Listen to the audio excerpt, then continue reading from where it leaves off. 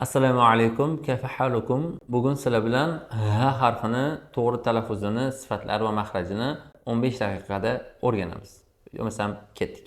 H harfi arab tilidagi eng yumshoq va eshitilishi jihatdan eng zaif harf hisoblanadi va arab tilidagi aytaylik 3 ta h bo'ladigan bo'lsa, ya'ni u xo, ha va oxirgisi bugun o'tadiganimiz h harfi bo'lsa, 3 ta h ni eng yumshoq hisoblanadi. Xo'p, o'zi h harfi qatdan hosil bo'ladi desa, h harfi aynan tovush paychasidan, ya'ni mana shu kekirdekdan, aynan shu tovush paychalari bor. Shu kekirdegimiz ichida va tovush paychalari o'zi tabiatan biz tug'ilganimizda o'sha ma'lum miqdordagi yaqinlashuvda bo'ladi. Ya'ni distansiyada bo'ladi. Ruscha qilib aytganda o'sha distansiya me'yordan ortiq bo'lsa, biz faqatgina tovush chiqara olamiz, ya'ni degan tovush chiqaramiz. Buni biz o'sha stenkada turgan yurtdoshlarimizdan ko'rishimiz mumkin. Aynan faqatgina ovoz chiqarishadi, lekin harf talaffuz qilish olmaydi.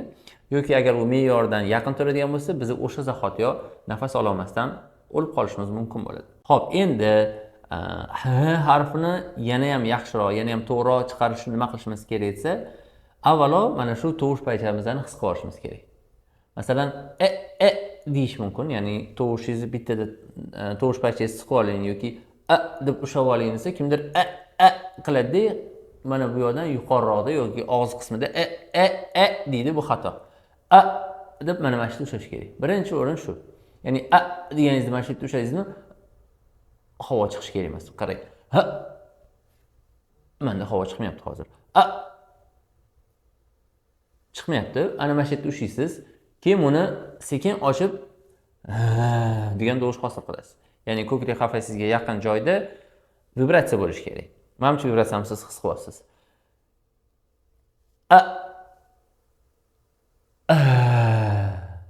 Boshqatdan ushog'imiz nimadir his qildingiz, menimcha, siz ham. Ya'ni deganingizda havo olmadingiz, qilib xuddiki nafas olmayotgan insonga o'xshab turasiz va deb chiqarayotganingizda momentingizda ko'krak qafasingizga yaqin joyda vibratsiya bo'ladi. Yoki hansirash mumkin. Masalan,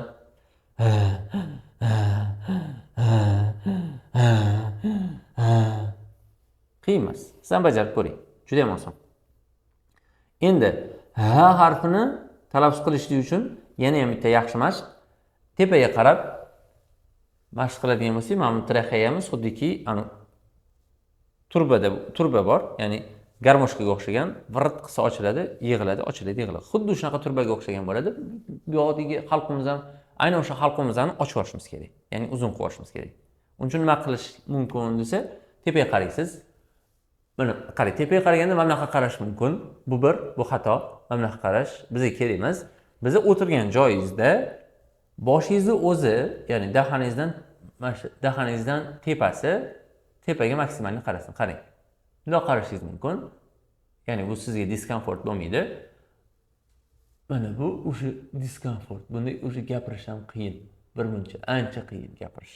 Ya'ni shunaqa darajada qaraysiz tepaga.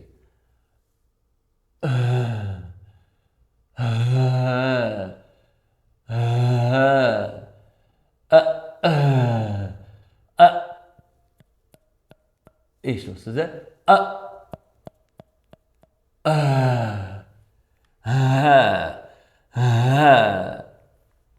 Qiyin emas. Faqat muhim tavsiya, shu tavsiyamni to'xtating, videoni to'xtating deb yozib oling o'tbotizga.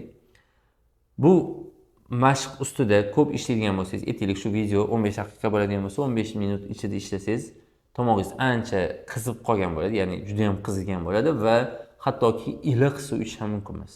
Muzdek suv ichish yo'lto'sini, iliq suv ham ichish mumkin emas. Albatta, iludan issiqroq iching. Issiq ham mumkin emas.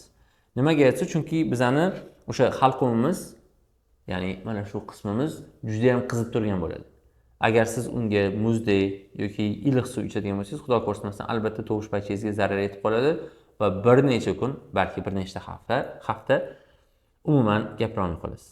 O'shaning uchun tavsiyamiz har doim aynan halqum bilan ishlaydigan harflarda bo'lib turib ham aynan shu h harfida mashq qildingizmi, shu bo'yicha ko'p ishladingizmi, tovush paychangizda, halqumingizda juda ham qizishlik sodir bo'ladi va bu qizigandan keyin siz hattoki iliq suv ichishingiz ham sizga mumkin emas bo'ladi.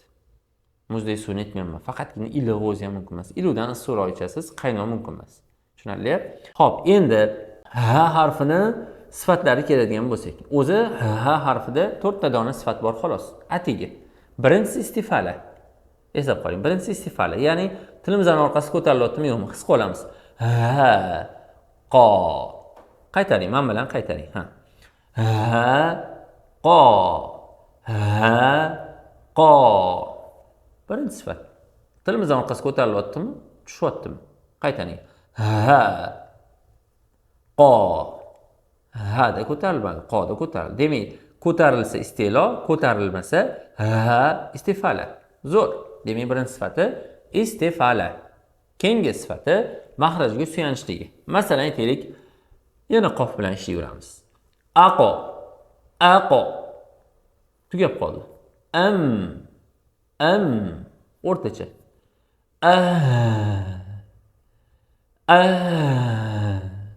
Havo bemalol sirg'anib ketyapti, ya'ni bemalol chiqyapti mimga qaraganda, o'rtacha chiqyapti.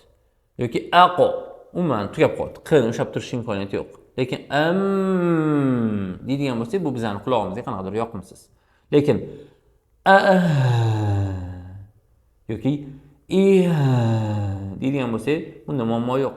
O'shaning uchun bu ikkinchi sifati mahrajga suyanishi yo qattiq bo'ladi, qofga o'xshagan yoki mimga o'xshagan o'rtacha bo'ladi, yoki aynan haga o'xshagan zaif suyangani uchun rohava bo'ladi, ya'ni sirg'aluvchi. Demak, birinchisi istifala, tilimizning orqasi ko'tarilmadi, keyingisi rohava, ya'ni mahraj suyanishi zaif bo'lgani uchun rohava sirg'aluvchi degani, ya'ni tovush paycha, ya'ni havo tovush talaffuz qilayotganimizda, ya'ni aynan harf talaffuz qilayotganimizda havo sirg'alib chiqyapti. Uchinchi sifati bu jarangli yoki jarangsiz. Tekshiramiz. Qo'limizni aynan shu yoqqa qo'yamiz. Qo'limizni qisqichda ushaladi.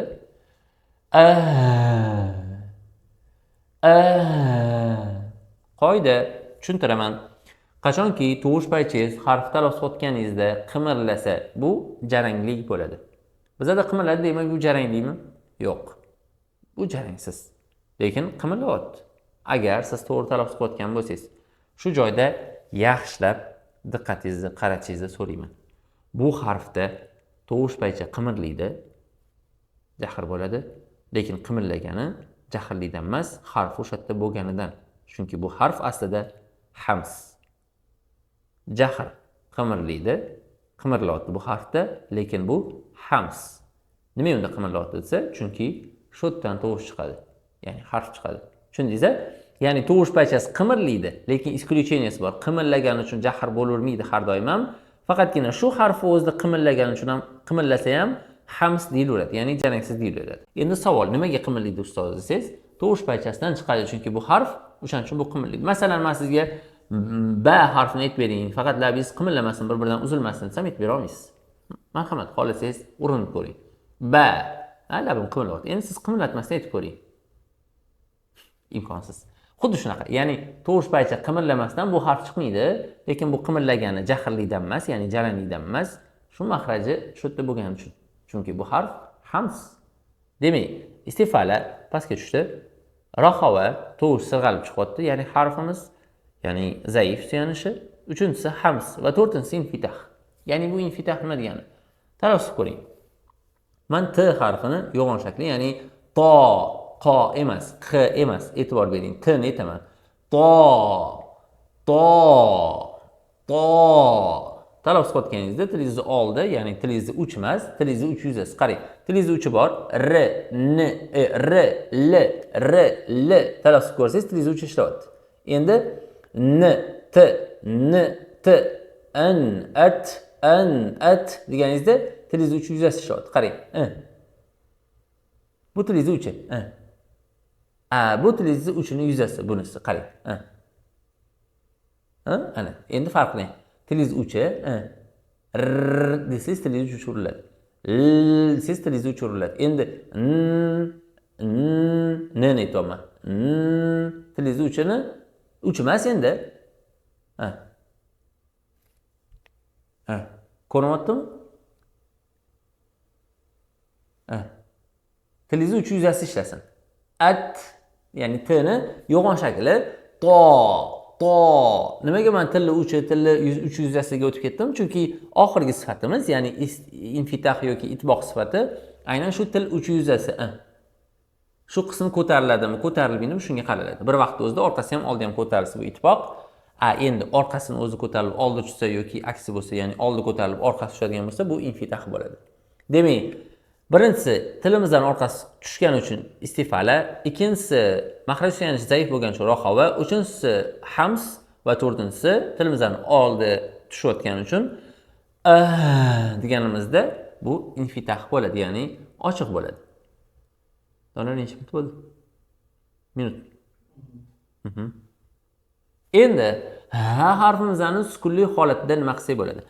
Ha harfimizning sukunli holatida endi ha harfimizning ko'pchilik sukunli holatida qanaqa talaffuz qilishni bilishmaydi. Masalan, zuh deydi, xato. Zuh xato. Nima qilish kerak desa, og'izni katta ochish kerak. Qancha og'zingiz katta ochilsa, ha harfingiz shunchalik ravon va chiroyli chiqadi. Xuddiki zuh. Ko'rdingizmi? Nimaga bunaqa og'iz katta ochilyapti desa, chunki harf hosil bo'ladigan joy, ya'ni maxraj. Tovush hosil bo'ladigan joy, ya'ni gerts. Yoki tovush hosil bo'ladigan joy, ya'ni gerts. Bir-biridan uzoq. Ya'ni lokatsiyasi uzoq bo'lgani uchun og'zingizni qanchalik katta ochsangiz, uzoqdagi paydo bo'layotgan harf tashqariga yaxshiroq eshitiladi. O'shaning uchun har doim esingizda tursin, ha harfini talaffuz qilyapsizmi, albatta og'zingizni katta oching.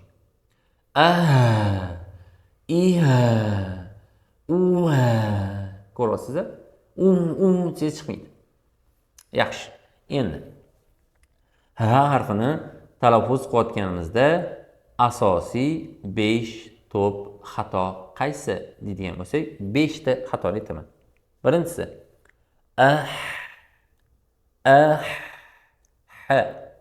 masalan Ahmad, Muhammad so'zlaridagi ha harfini aytishadi. Bu xato. Chunki bu ha emas, ha harfi.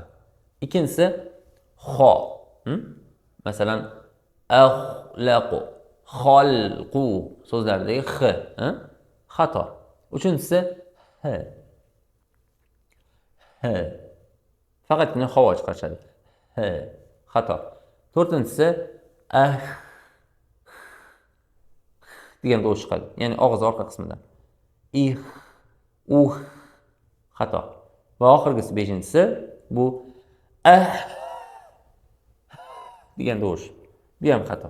Shu 5 ta to'p xatoni qilmasangiz, o'zi sizda xohlaysizmi, xohlamaysizmi, ha degan harfingiz chiqadi.